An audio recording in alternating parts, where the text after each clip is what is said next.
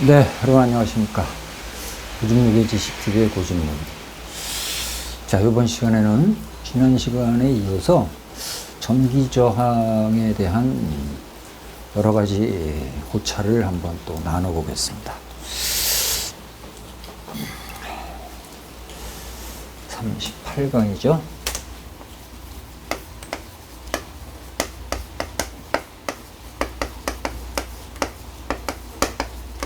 전기저항에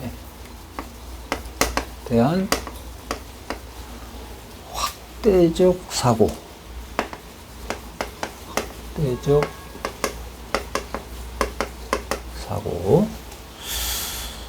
우리가 지난 시간에 배운 ohm의 법칙이 뭐라 그랬냐면 I의 분의 V가 일정한 건데, 이 비율이 일정한데, ohm이라는 사람이 나중에 이걸 R이라고 붙였다 그랬고, 이 R의 단위는 ohm이라고 했는데, 이 ohm은 여기서 보다시피 볼트 파 암페어가 되죠. 이거 이렇게 쓰고, 오메가라고 쓰고, 그리스어 맨 마지막 글자, 이걸 ohm이라고 읽는다 그랬어요. OHM. 이렇게 푸셨다. 그러면 I와 V 값만 알면 언제나 R은 측정이 되는 거 아니겠어요? 그래서 여러 물질의 저항의 측정, 저항의 측정을 한번 생각을 해보면,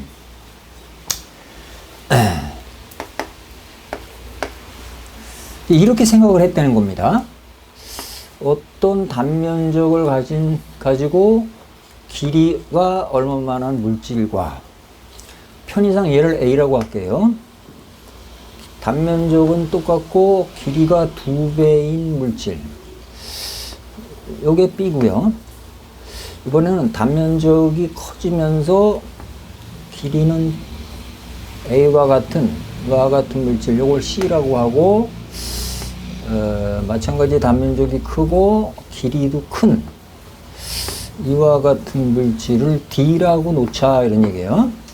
그래서 이 도체 양단에 걸리는 전압과 전류의 비율이 전기저항 R이라고 했으니까, 이 R을 측정해서 봤더니, 저항을 측정해 봤어요. 그래서 저항값이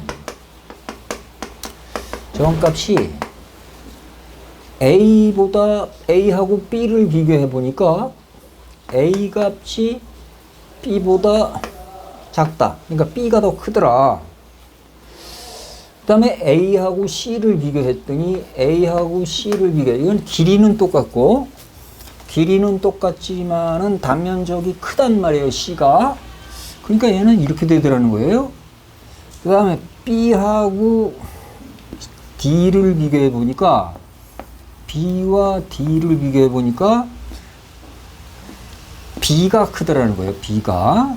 그 다음에 C하고 D를 비교해 보니까 당연히 D가 크더라. 이런 관계식을 얻었다는 거예요. 네. 여기서 비교할 수 없는 건 이거죠. B하고 C, A하고 D는 비교가 불가하죠. 자, 이 관계를 통해서 도출할 수 있는 결론은 이런 얘기가 되죠. 저항은 요거하고 요거를 비교했을 때 얘가 2배더라. B가 2배더라.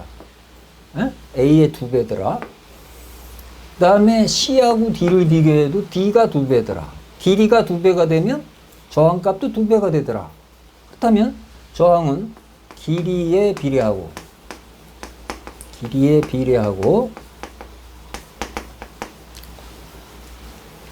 주어진 단면적이 작을 때 A하고 C는 A가 크다고 그랬어요. A하고 C는 A가. 그 다음에 B하고 D는 역시 B가 더 크다고 그랬어요. 그러니까 길이에는 비례하고 단면적에는 반비례한다.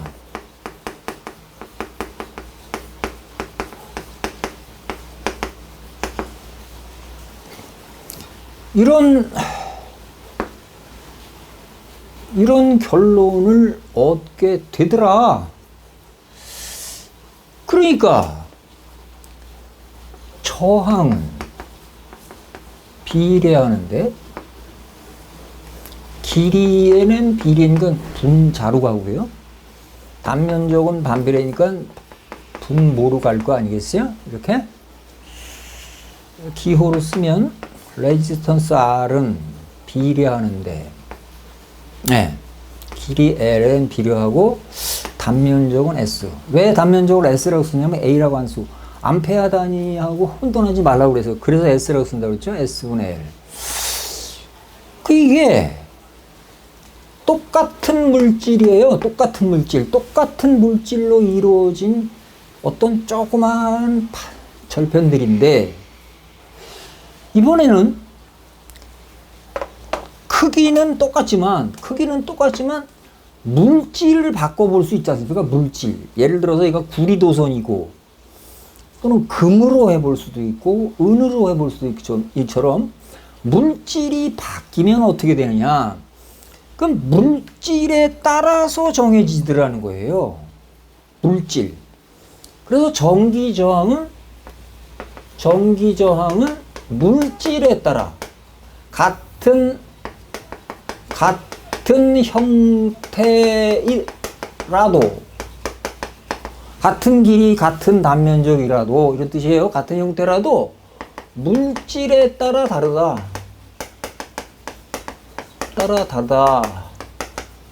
라는 것을 알게 돼서 저항은 비로소 이꼬로 비저항 곱하기 길이 나누기 단면적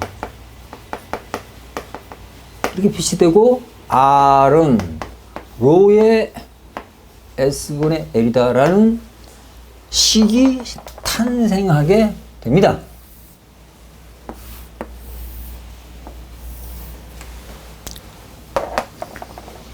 이때 여기 써있었던 그리스어 이 로라는 이 그리스어는 로는 비저항이라고 그랬죠? 비저항.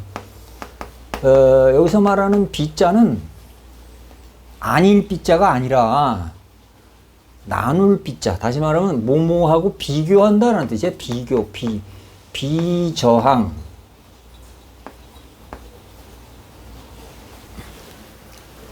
비저항. 이게 이렇게 쓰나요? 네, 비저항. 그걸 다른 말로 고유저항이라고도 해요. 고유저항. 네, 고유한 물질에 따라서 정한 고유저항이다. 얘는 이와 같은 물질에 따라 결정되는 이러한 물량들을 우리가 물성치라고 불러요. 물성치. 물질에 따라서 정해지는 성질을 갖는 어떠한 개념. 그걸 갖다 우리가 물리학적 용어로 물성치 그럽니다. 물성치는 물성이 달라지면 달라지는 거예요. 같으면 같고. 이때 이 비저항이 클수록 전기저항이 크다 그런 걸 알 수 있죠. 비저항하고 전기저항은 이제 같은 비례 관계니까. 그런데 우리가 보통 이렇게 말합니다. 전류 I는 R분의 V니까 해서 R이 클수록 R 값이 클수록 전류 I는 작아진다 이렇게 되는 거죠.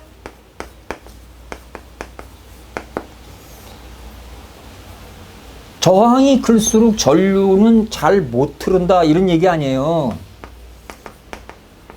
저항이 클수록 전류는 잘 못 흐른다. 이런 얘기 아니냐고. 맞죠?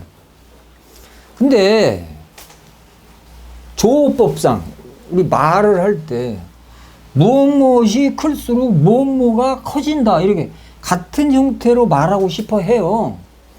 그래서 전기 저항의 역수를 사람들이 고안해낸 거예요.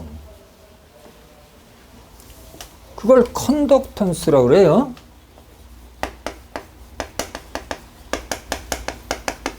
컨덕턴스.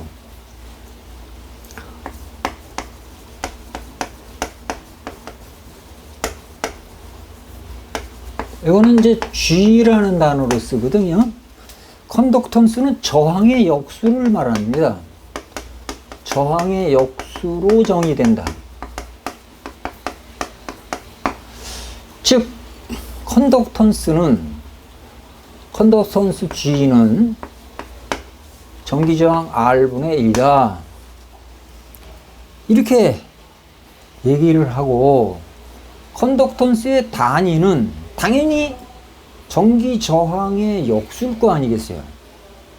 그러니까 얘는 전기저항의 역수니까 5분의 1 이렇게 될 거죠? 5분의 1. 근데 이것도 웃기는 게 분자가 1이고 분모에 뭐가 있는 거가 싫은 거야. 그러니까 얘를 뒤집어 엎어서 올리면 이렇게 되지 않습니까? 이렇게 되잖아요. 5자를 거꾸로 쓰면 이렇게. 그래서 이렇게 쓰고 오메가를 뒤집어 쓰고 읽을 때 얘를 모라고 읽습니다. 모. 웃기는 얘기지만요. 모. 왜 그러냐면 MHO라고 읽는단 말이에요. 예를 들면 얘는 옴이에요. 옴.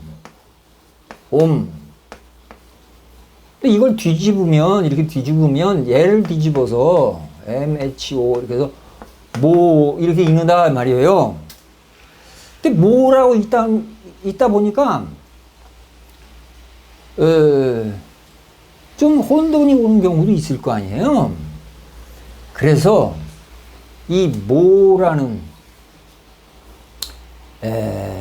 단어 대신에 또 하나의 단위를 하나 만들었는데 그게 지멘스입니다. 지멘스.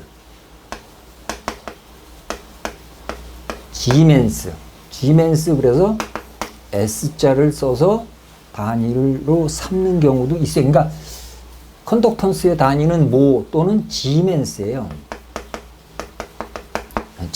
그래서 지멘스라고 그래가지고 컨덕턴스의 단위로 삼는다. 이렇게 되는 거다 이거예요. 이제 전기가 이쪽으로 다시 돌아와 보면요. 그러니까 이렇게 될 거 아니겠어요? G R분의 1이니까 고유저항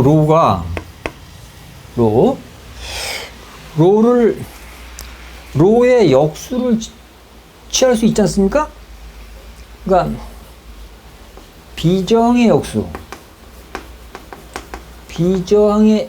이 비저항분의 1을 뭐라고 부르냐면 이걸 전기 전도도 이렇게 부르고 로분의 1은 시그마다 이렇게 씁니다. 기호로는요, 시그마. 그러면 조금 아까 했던 것처럼 얘의 단위가 오음메타니까 오음메타분의 1 아니에요? 이거는 이게 위로 올라가니까 모파메타 이렇게 되겠죠? 모파메타 이런 단위로도 되더라. 그래서 이거 전기전도도 또한 뭐예요? 물성치죠. 당연히.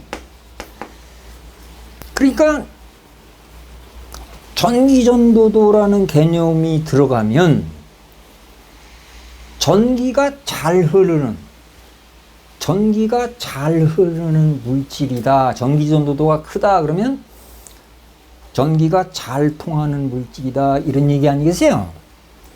근데 전기 전도도의 순서는요. 전기 전도도의 순서.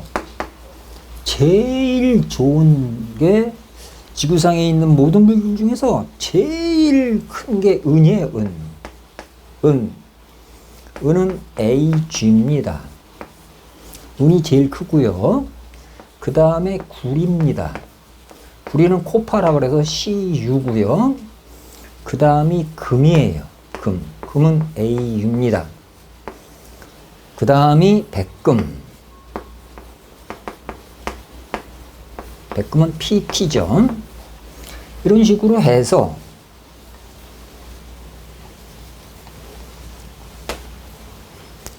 이제 쭉 나가다 보면 철도 있겠고요. 철, 이렇게 해서 가겠죠. 그래서 전기 전도도가 가장 큰 물질은 은이다.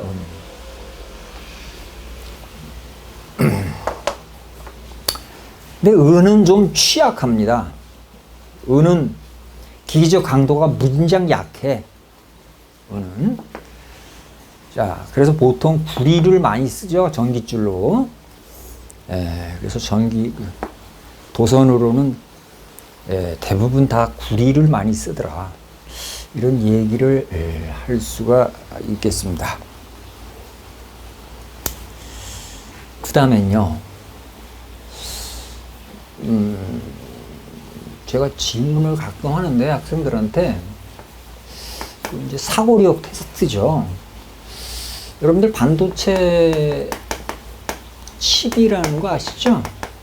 반도체 칩에 들어가는 도선은요. 도선은 순도가 무지하게 높은 순도 99.9999% 69입니다. 순도 99.9999%인 금이에요. 금을 쓴단 말이에요. 왜 금을 쓰는가? 한번 이렇게 질문을 해봅니다. 왜 그럴 것 같아? 이렇게 질문을 하면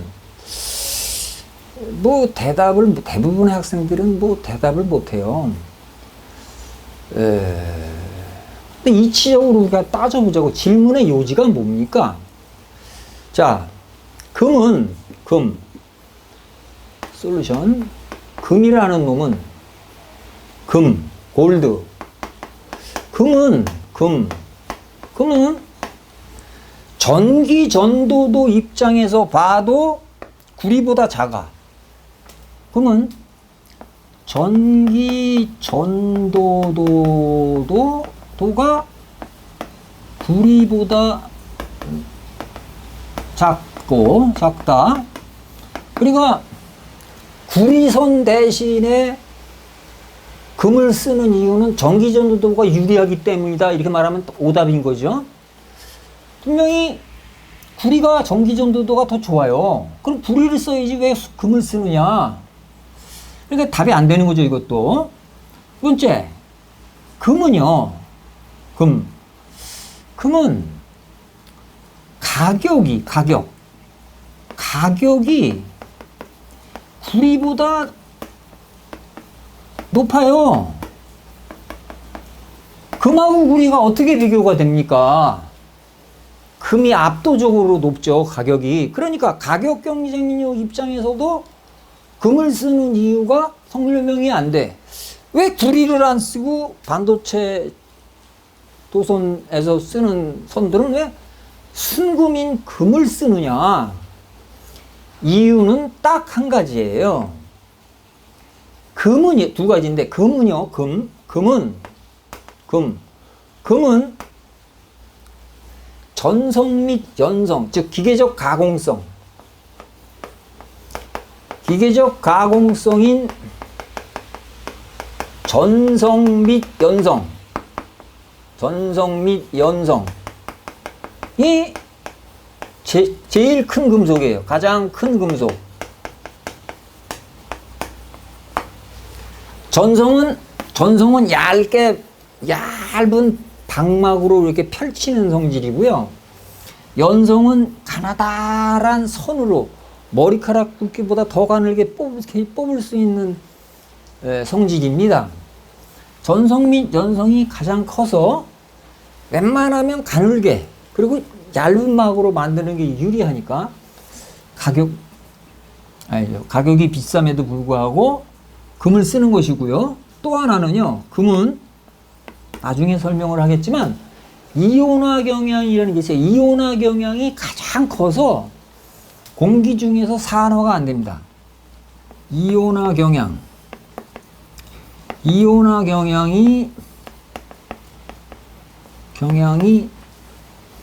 가장 작은 금속이에요. 물질이에요.